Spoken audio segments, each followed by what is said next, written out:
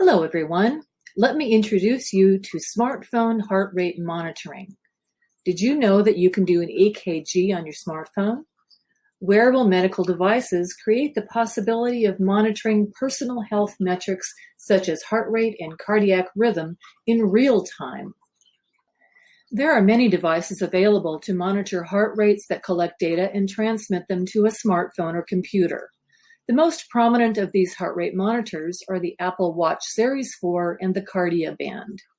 The Apple system appealed to me as a tool for nurse practitioners to teach their patients about heart health and to raise awareness about atrial fibrillation, which affects more than 5 million people in the United States alone. Given the number of users, wearable technology represents an opportunity to teach patients about heart health, discuss what exercise type and duration is best for them, what are normal versus maximum heart rates, and more. Patient education should also include the risk of false positive readings, which can alarm patients and lead to unnecessary ER visits, but also false negatives that can give a false sense of security.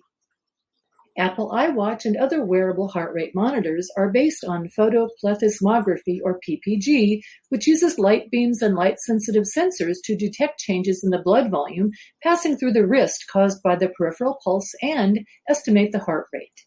The watch then generates a tachogram, or a plot of time between the heartbeats, to which Apple then applies a proprietary algorithm to determine pulse regularity.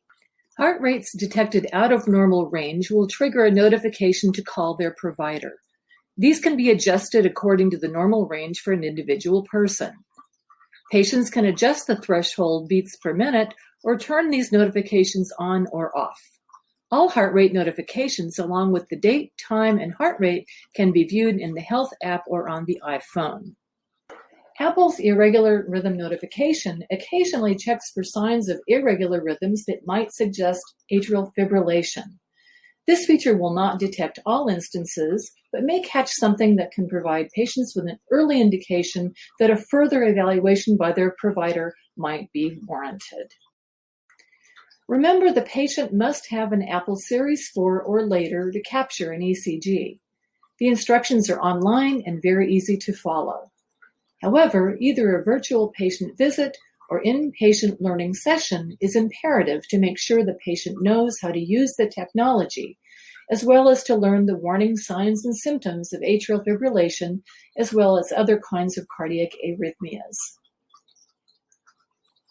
Thank you all for listening, and I hope you enjoyed my presentation.